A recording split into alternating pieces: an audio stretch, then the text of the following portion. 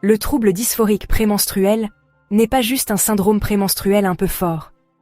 Il peut prendre le contrôle de vos émotions, perturber vos relations, et vous donner l'impression de vivre deux vies différentes. Mais pourquoi tant de gens le rejettent-ils encore comme de simples hormones? Et combien de vies pourraient changer si nous comprenions vraiment son impact? Aujourd'hui, nous allons découvrir la vérité sur le trouble dysphorique prémenstruel. La science, la lutte, et pourquoi la sensibilisation est plus que nécessaire. Bon, parlons du trouble dysphorique prémenstruel, le TDPM. Parce que si le syndrome prémenstruel, le SPM, c'est une mauvaise humeur, le TDPM, c'est une montagne russe émotionnelle sans ceinture de sécurité. Ce n'est pas juste un SPM en pire. C'est un trouble de santé mentale sévère qui peut donner l'impression même à la personne la plus décontractée d'être en pleine descente aux enfers. Une minute, tout va bien, et la suivante, vous remettez en question tous les choix de vie que vous avez faits.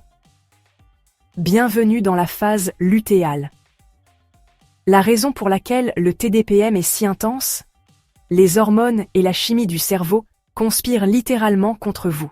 Contrairement aux troubles de l'humeur classiques qui sont là 24 heures sur 24, 7 jours sur 7, le TDPM est cyclique. Il apparaît 1 à 2 semaines avant vos règles et disparaît une fois qu'elles commencent. Un peu comme un invité indésirable et destructeur qui s'incruste chez vous tous les mois. Ce n'est pas seulement une question de niveau d'hormones déséquilibré, c'est que le cerveau de certaines personnes réagit de manière beaucoup plus intense aux fluctuations normales d'œstrogène et de progestérone, ce qui, à son tour, perturbe la sérotonine et les neurotransmetteurs qui aident à réguler l'humeur, l'anxiété et la stabilité émotionnelle. Le résultat? Des sautes d'humeur extrêmes, une dépression écrasante, une irritabilité qui pourrait faire démarrer une bagarre avec une lampe, et, dans certains cas, même des pensées suicidaires. Et le coût émotionnel? Énorme. Beaucoup de gens décrivent avoir l'impression d'avoir deux personnalités complètement différentes. Celle d'avant les règles et celle d'après les règles.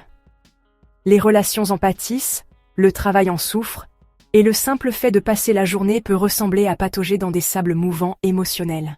Pour aggraver les choses, le TDPM est souvent mal compris ou ignoré. Parce que, vous savez, la société adore minimiser tout ce qui touche à la santé des femmes.